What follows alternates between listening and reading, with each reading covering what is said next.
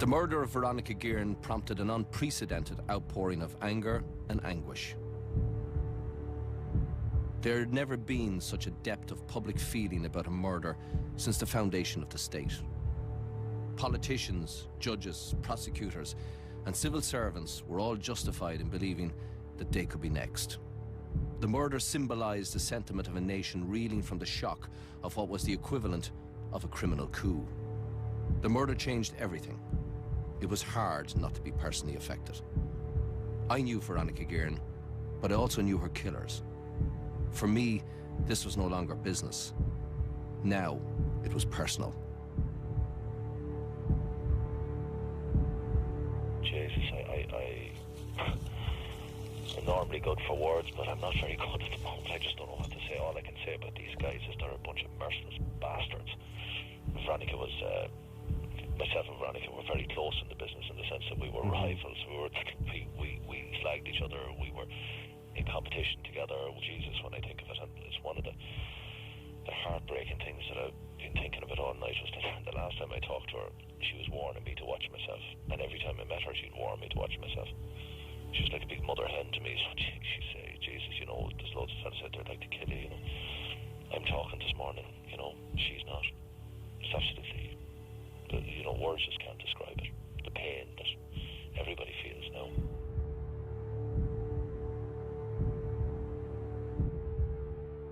When I came out from the church, being terribly upset, I mean, I found the funeral very harrowing, and the whole thing was just, everybody was upset. And a man shouted at me and rudely using bad language and said, "What the so-and-so are you here for? And it's your fault, she's dead." He was actually physically moving towards me, and I'd say would have actually physically attacked me if somebody hadn't protected me from that. There was a feeling amongst the general public that organised crime had gone out of control, that there was an evil from within society which actually believed that they had become untouchable, that they could, for example, hire an assassin and stay at arm's length from a murder. I still have a very clear memory of the steward in the government jet coming down and saying that Veronica Guerin had been murdered, and what that meant, and the sense of a democratic state being under siege by ruthless people, absolutely ruthless. But I'll always remember at that same funeral how Bernie, Veronica's mother, and Veronica's aunts spoke to me and hugged me and said, "Look, we don't blame you. We know it's not your fault, and don't let them get you down. Continue the fight. You know, continue on, continue Veronica's work, but continue the fight that you have to do as a minister, and attack these people that have killed Veronica."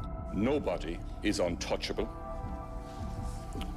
and the government is absolutely determined that whoever ordered this murder will, sooner or later, and I hope sooner, face charges in our courts. Few doubted the Taoiseach John Bruton's sincerity, but there was widespread public scepticism about the capacity of the state to deliver on his promise. The monsters behind organised crime were getting away with murder. Now the public demanded vengeance. Existing laws had failed to stem organised crime. Now the politicians were being put to the test. But had they the guts and the guile to hurt the godfathers? There's no doubt about it. There was a certain amount of opposition to strengthening our laws from our partners. Well, from our partners in government, from the Labour Party and from the Democratic left. You know, worried, fears about human rights, civil rights. Everybody realised that to follow up an organised crime, you've got to follow the money. You've got to get that and where it really hurts. And not have the day in relation to organised crime that if you got away with the cash in your pocket and you cleaned it in some way, that you couldn't be touched. That day had to come to an end. I knew I had to take this moment to get through tougher legislation, and that is where the Criminal Assets Bureau came from and why we were able to do it then, because there was more understanding all through the government and through Leinster House that things had to be done.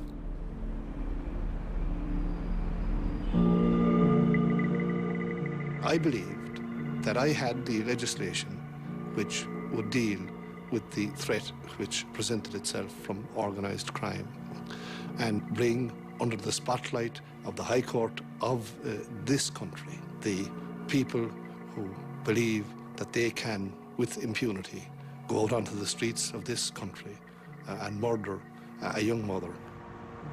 It would mean that people who have lavish, ostentatious lifestyles at the present time without any visible means of income would find their assets frozen by the High Court. And I suggested, well, we could bring in an agency that could seize the assets, illegally procured assets, cash and property and the rest of it, and a few other things. So when the Taoiseach, John Bruton, came in and stood up in the order of business, in response to the various questions that were put to him by the Fianna Fáil opposition, he announced, he committed the government to actually introducing what became the Criminal Assets Bureau. Our bill or your bill, Taoiseach. But let us do that next week. And let us freeze the assets of the drug barons who are known to us all and freeze them once and for all. You know, when the Dáil comes together, when it's galvanised by an event such as the murder of a respected and courageous journalist, we'll respond to the challenge. Here we were, working together as elected representatives, as office holders in a republic on behalf of the citizens.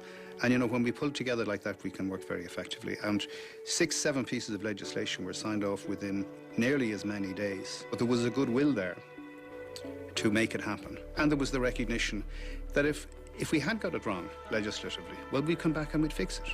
We weren't going to sit around and say we're going to make this legislation 100% perfect before we move. We didn't have that option. We had to move very quickly.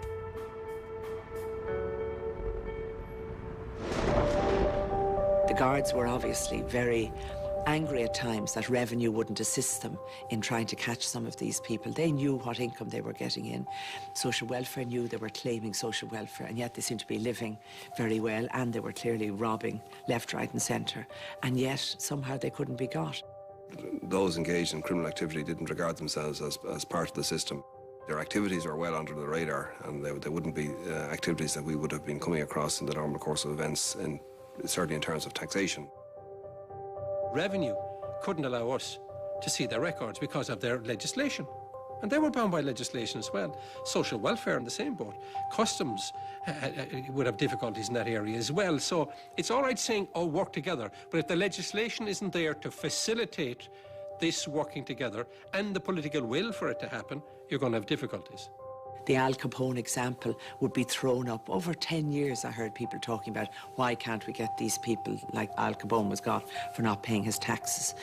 But there was a resistance. There was a resistance that it was like Big Brother, you know, why should social welfare tell finance who's on social welfare, and why should finance tell the Gardaí who's got lots of money and they've no visible means of earning it.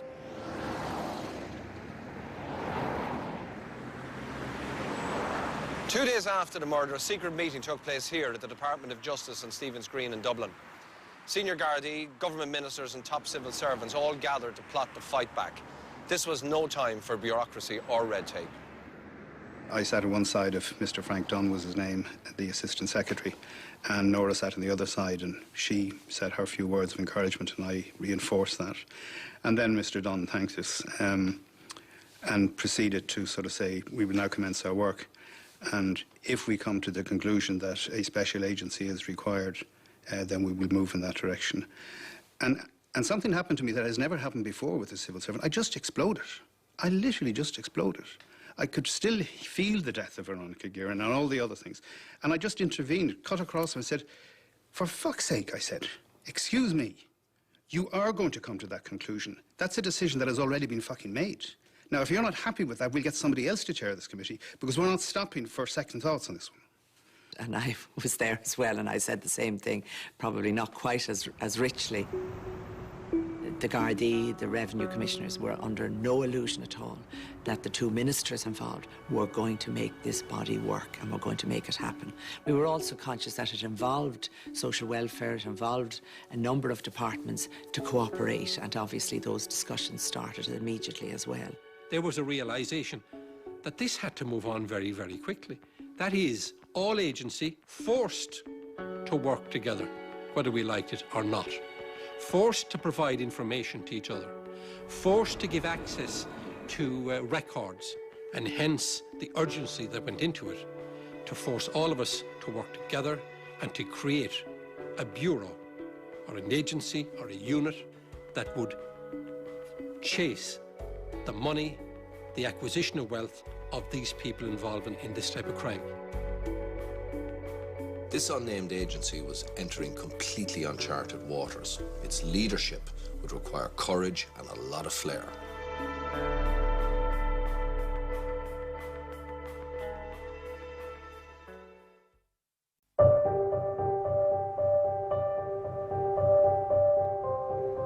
By the summer of 1996, the new multi-agency body was in place to go after the loot of organised crime. This was the first time an agency like this had been established anywhere in the world.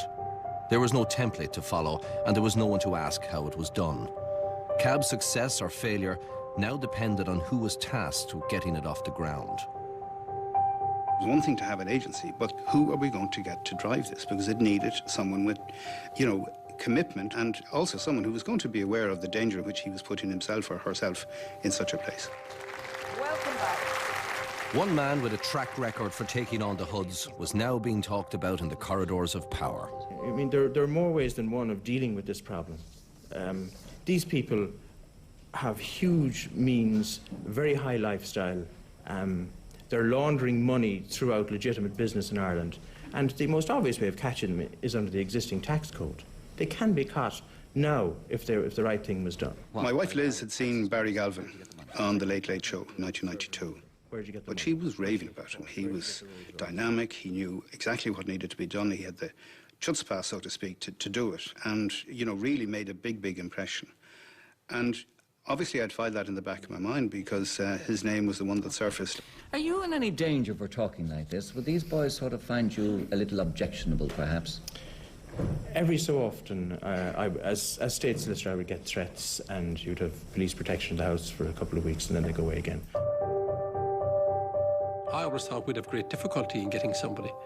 But when Barry Galvin was mentioned, I smiled because it was quite obvious to me that Barry was the real man for this.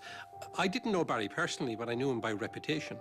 And I mentioned his name to my father, who was a former superintendent in Cork City and had many a tussle with Barry in the court. And I said, "What do you think of Barry Galvin?" And he said to me, "You couldn't get one better," he said.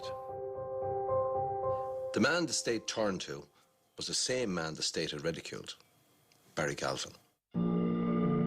Galvin's Late Late Show expose of the weakness of the state in fighting drug trafficking had annoyed P. Flynn. So the Justice Minister decided to shoot the messenger and dismiss Galvin as nothing more than a Fine Gael crank out to make a name for himself. Barry was the state solicitor in Cork, had been fighting a battle for years. A difficult battle. It wasn't always respected for what he was doing, and in fact I think at times was very ostracised for the work he was doing, but he was working closely with some very senior Gardaí in Cork, recognising that drugs were being brought in along the isolated coasts of Cork, and recognising that you had to get at these people through their pockets, through their finances, and so he was ready-made for us.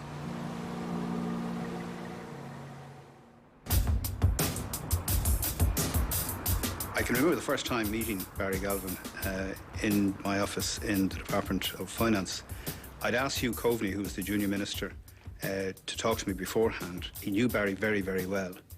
And he said, "This guy's a mad daredevil."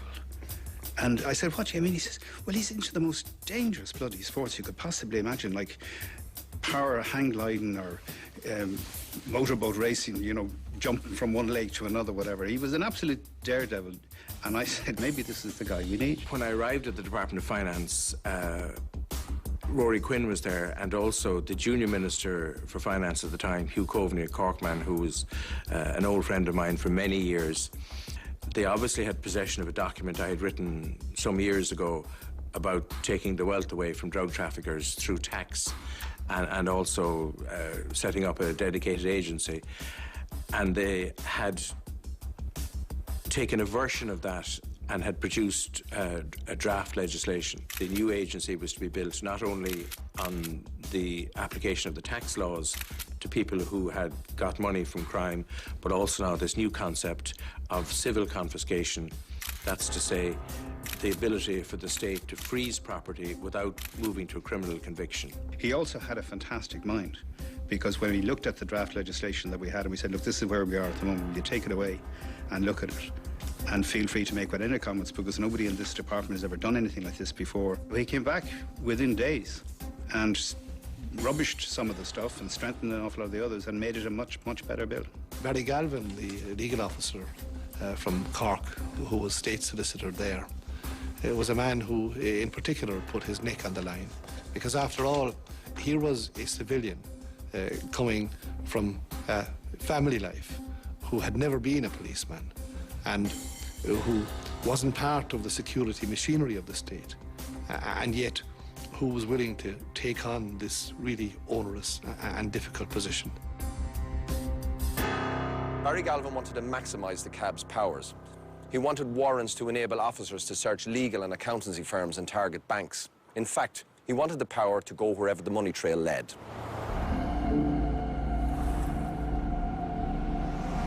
In order for the Criminal Assets Bureau to do its work, it needed to be able to get a warrant to search for evidence of the proceeds of crime, anywhere it might be found. And also, the warrant needed to be a powerful warrant that not only did you need to have the authority to search a particular place, but you needed to have the authority to search any person found on the place. I ran into huge opposition in the Attorney General's office over that concept. By the time the Criminal Assets Bureau was up and running, Barry Galvin ensured it had the power to go where no law enforcement agency had gone before, into the offices of lawyers and accountants. In a nutshell, CAB could go anywhere in pursuit of dirty money. At the time, it really was shock horror that you would have guards and taxmen searching a solicitor's office involuntarily, or indeed a bank or an accountant or a stockbroker or any of the professions. But it's now become common case, and people take the view that if the professional by any chance is implicated with the criminal activity, then there's absolutely no reason why they shouldn't suffer a search.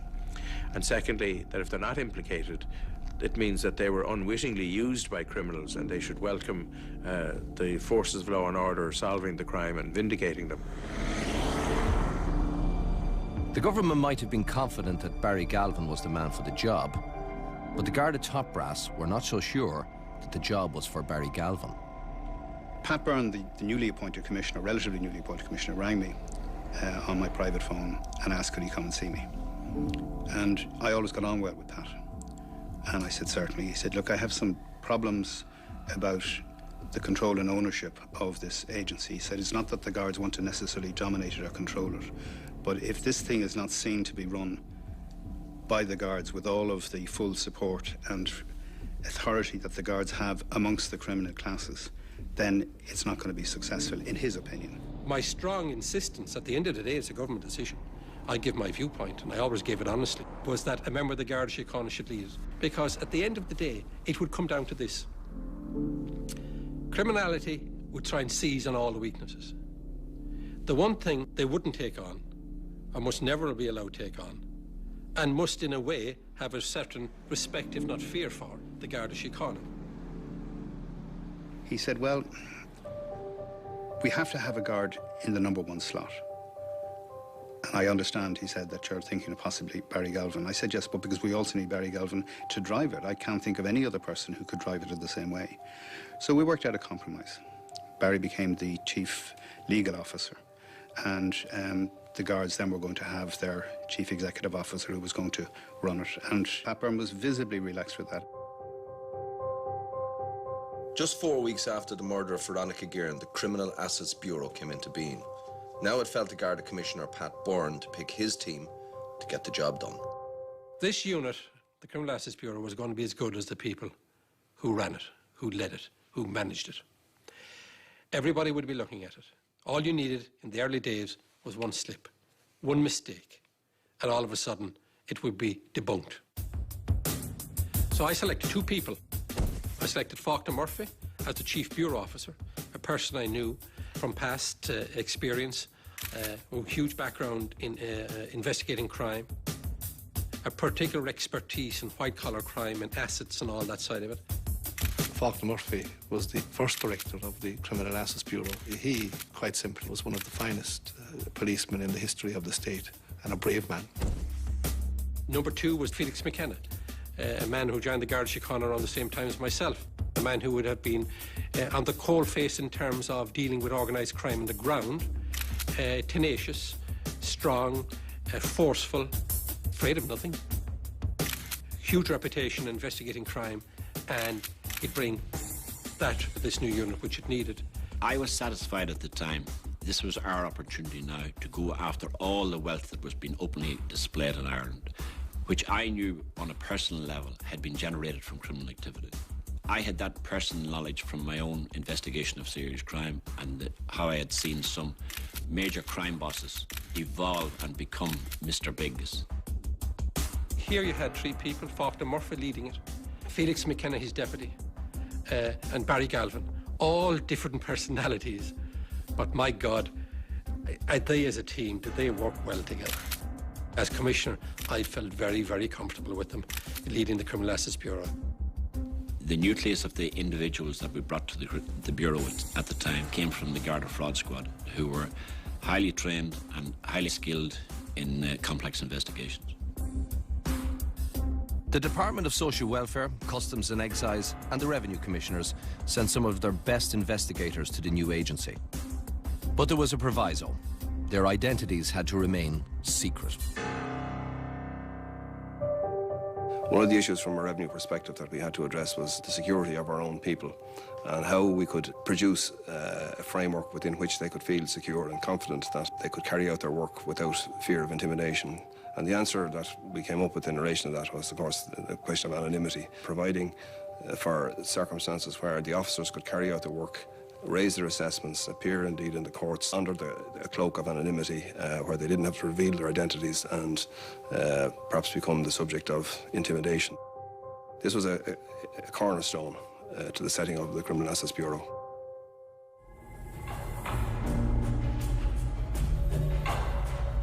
The staff, the personnel that were there, they were just so engaged in their work. They were clearly hand-picked. Both the Social Welfare, Revenue and the Gardaí were hand-picked people who were not afraid. They had great courage because it was a dangerous job they were doing. They were really cutting at the heart of this snake in our society, and they needed a lot of courage to do it. Everyone was a lawyer, everyone was a guard, everyone was a tax inspector, and no one was in any way resentful about demarcation or people saying what they should do, and there was no resentment about whether it should be a tax case, or there was no glory hunting or any of that. That was just not part of the spirit of the Bureau. You know your mission. Your mission is going to be very simple. Focus on the assets and profits of organised crime and attack the profits of organised crime. Therefore, create an air of decapitation of the underworld. Now, for the first time, criminals had to actually explain where they got their cash and their property. And if they couldn't, then the Criminal Assets Bureau could take it away from them.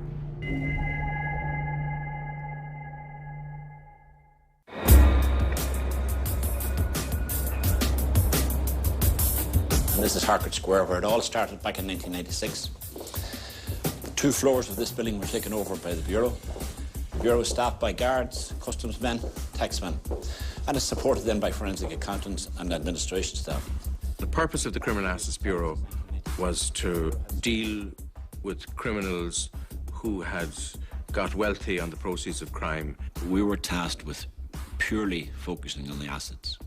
So therefore we did not require the in-depth investigation you would have in a complex money laundering investigation, for argument's sake, or a complex fraud or a murder investigation. We didn't require all of that detail.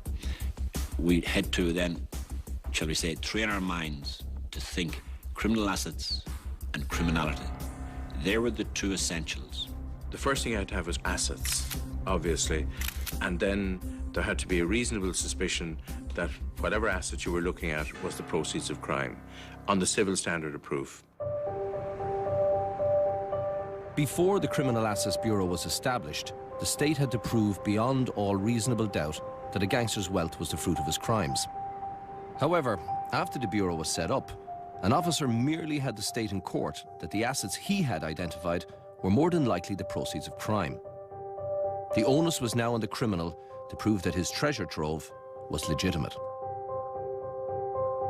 I remember a time when I would go into an interview room, ask a criminal where he had got monies to buy property, and he had the right to silence as part of the criminal investigation. I come into the Criminal Assets Bureau and I am now faced with dealing with a civil proof balance of probabilities. It was a culture shock to me, and it was something that I had to adapt to. It enabled a senior police officer of chief superintendent rank to form a belief based on reasonable grounds and to give that belief in evidence, orally or in affidavit, to a High Court judge that a particular dwelling house was the proceeds of crime. No longer could the criminal exercise his right to silence, because if he did, as to where his assets were, he knew that the Criminal Assets Bureau were going to come along and take an action against him before the courts, and unless he could show us where he had got the money from a legitimate source, he was in trouble.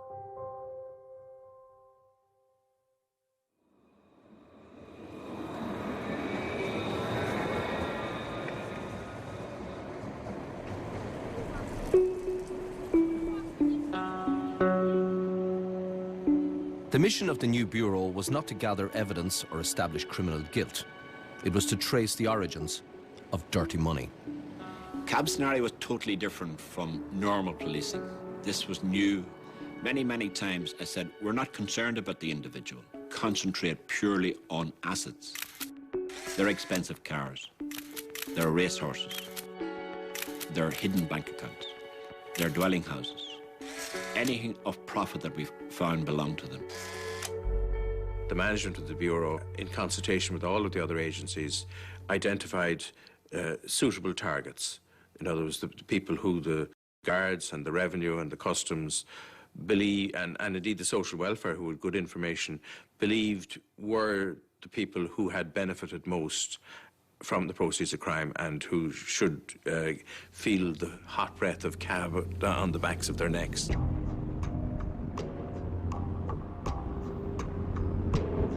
The public too played a role in the early investigations of the Criminal Assets Bureau. Often letters and phone calls would prompt an inquiry. Concerned citizen report would arrive in, addressed to the Bureau, sometimes anonymously, and very often not anonymously, to say that X was living in their estate, that he was known to be a drug trafficker, he was splashing money around the place, and what are we going to do about it? First of all, an inquiry be made by the taxmen and the social welfare men as part of the preliminary to know, was he in gainful employment, and had he by any chance earned the kind of wealth which he was now showing. At the same time then, inquiries were made by the Garda personnel checking out his criminal record. The results of that were then put together, and if the person fulfilled the criteria, he was then taken on as a full target.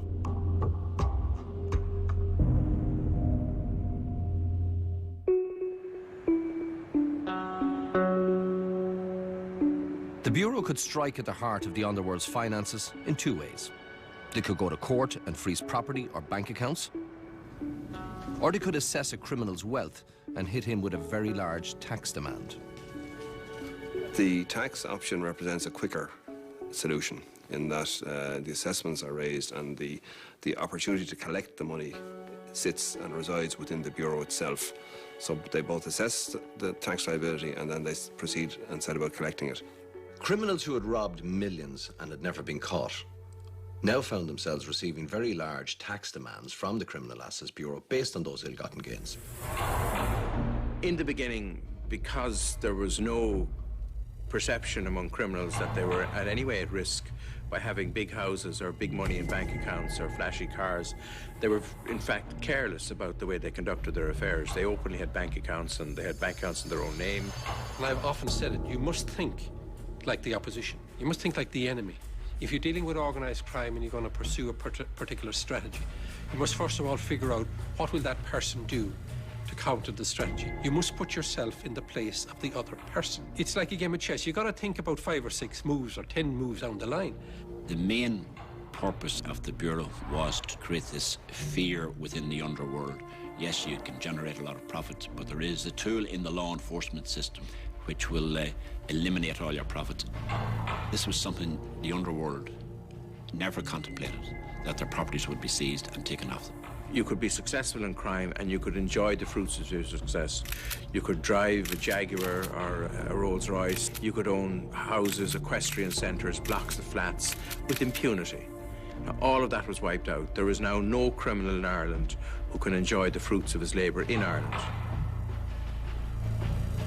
Now, gangsters read newspapers too, and they were spooked by the media spotlight on this new cab. All across the country, gangsters raced to empty their bank accounts, and top of the queue were the big players. George the Penguin Mitchell planned to close his accounts and move his multi-million drug trafficking operation to Holland. Jerry the Monk Hutch was not far behind him. Ireland's most successful robber started to empty what he could and put it offshore. John Gilligan and his gang, the prime suspects for the murder of Veronica Guerin, also tried to move their nest eggs to safer havens. These people had reached a level of arrogance, affluence, that when the penny began to drop in relation to what was happening, what happens? People leave the country, people try and hide assets, and all of a sudden you realise we're making progress. Things are happening. When you're dealing with people's assets, the minute they know that you know, you have to get into court quickly, otherwise the assets will be gone far beyond your reach. The clock was ticking against us in respect of the efforts they were making to extract all their monies from the financial institutions and get it out of the country. Now it was time to move. Teams were set up to go after Gilligan, Jerry Hutch and George Mitchell. But the first player to fall foul of the new cab was a former St. Patrick's athletic star, Derek Maradona Dunn. Then towards back. Wonderful goal by Derek Dunn.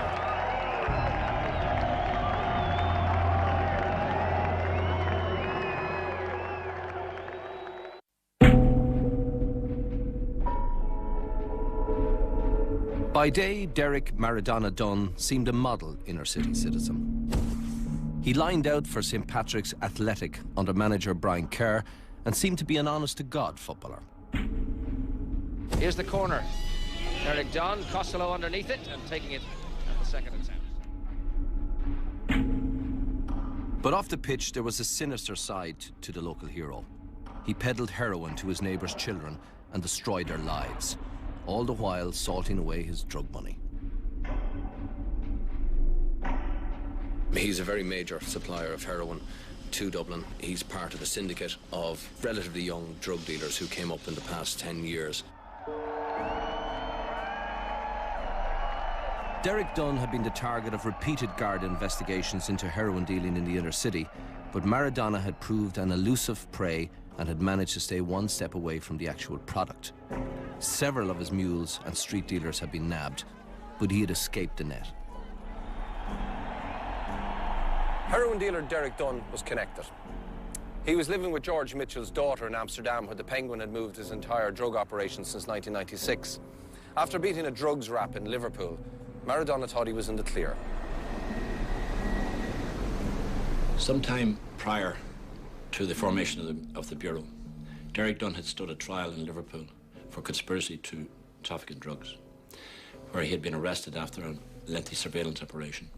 In that trial, he was found not guilty.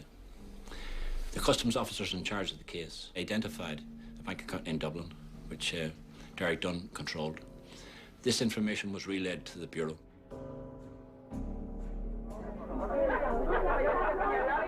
Maradona went to Miami to celebrate beating the drugs rap in Liverpool. When he got back to Ireland, he decided to close his Dublin bank account and make off with over £50,000. It was now or never for the Bureau to act.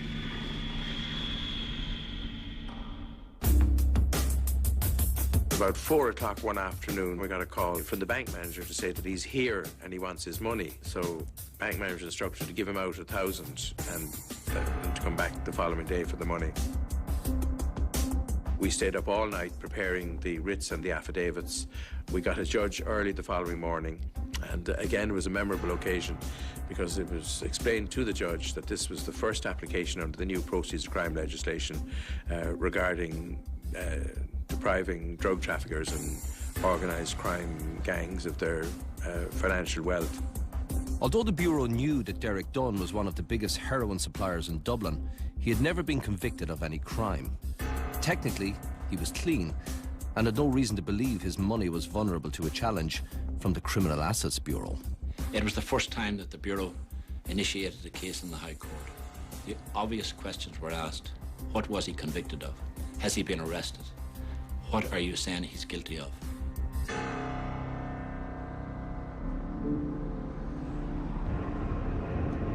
And I can still remember the then President of the High Court, Declan Costello, looking down at our counsel, Shane Murphy, and said, drug trafficking, I presume this man has been convicted. And our counsel said, no, my lord. His trial is pending then, he's been charged. No, my lord. What is the position? He's been acquitted in England, my lord. Whereupon Declan Costello, to his eternal credit, picked up the Proceeds of Crime Act that he had in front of him and said, I think I'll take 10 minutes to read the legislation. So the judge adjourned the case to read the Proceeds of Crime Act. There was a huge anticipation of the officers from the Bureau at the time because it was our initial case. I was there personally myself, as was the other senior people from the Bureau. It was a great satisfaction and delight to us when the judge came back and said, "You have made your case under the civil process, question of probabilities. The monies in the bank account controlled by Derek Dunn is the proceeds of crime." Less than 18 hours after the initial tip-off, an urgent fax was sent to the bank. At the same time, a cab squad car raced to the actual premises to serve the court order on the manager. When Mr. Justice Costello ordered the seizure of Maradona's funds, the penny finally dropped for Dunn and many of his cronies. They now realised that just because they hadn't been convicted of criminal activities didn't mean their money could not be taken away from them. That actually created a shockwave within the heroin dealers of the inner city, who started to take immediate action to sell their properties in the north side of Dublin. But fortunately for the Bureau, we were able to get applications into the court in 1987 whereby all of those dwellings were frozen. And if they succeeded in selling one prior to the action, we froze the proceeds before it left the jurisdiction. Of course, it then became clear that for the first time to the courts and the general public, that the emphasis of the Criminal Assets Bureau was on civil confiscation, civil cases, low threshold of proof. Now, an order was made on that, and later on that week, Derek Dunn left Ireland and never came back, and of course never was able to offer an explanation of where he got the money.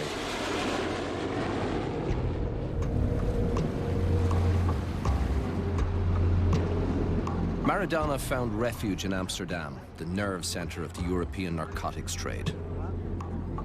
Here, Dunn was taken under the wing of his father-in-law, George Mitchell.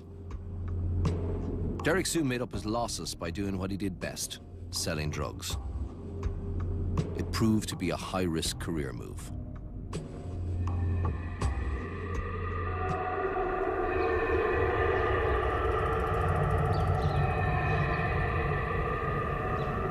Derek Dunn was to lose a lot more than his drug money. In 2000, he was shot dead here in his Amsterdam home after a row with his partners in crime. Murder, these days, is a major occupational hazard for every drug trafficker. Around 1 a.m. on the morning of June the 3rd, a gang of men called to Dunn's home. His wife, Rachel Mitchell, opened the door, and shortly afterwards the shooting started. During the brief gun battle, Dunn managed to shoot 2 of his attackers. Both of them were injured, but survived. However, he was shot in the head and died instantly.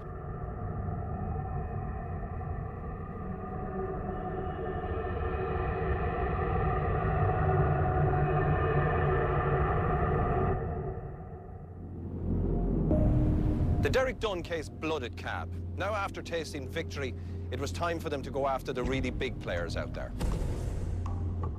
Top of the list was the Gilligan gang. They were being sought all over Europe for the murder of Veronica Guerin. Now the Criminal Assets Bureau was on the trail of the fortunes they'd earned from their deadly trade. I never thought the criminals would lie down. I never believed that they would. We were dealing with some of the most evil men in Irish society. Men who couldn't give a fig for other people's rights. Men who would kill at will. Men who believed in plying their trade in death in order to make a miserable few bob. And I was right, they didn't lie down.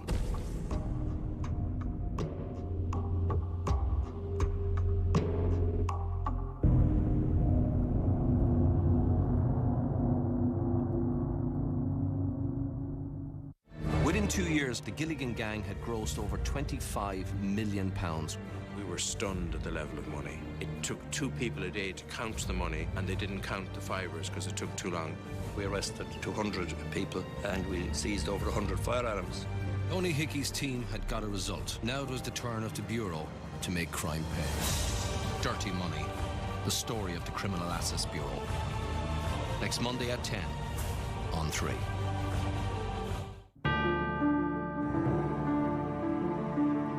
So make sure to join us here on 3 next Monday. Paul Williams will be back for more Dirty Money. Stay with us tonight, though, for an in-depth look at today's big news stories. TV3 Nightly News with Vincent Brown is after the break.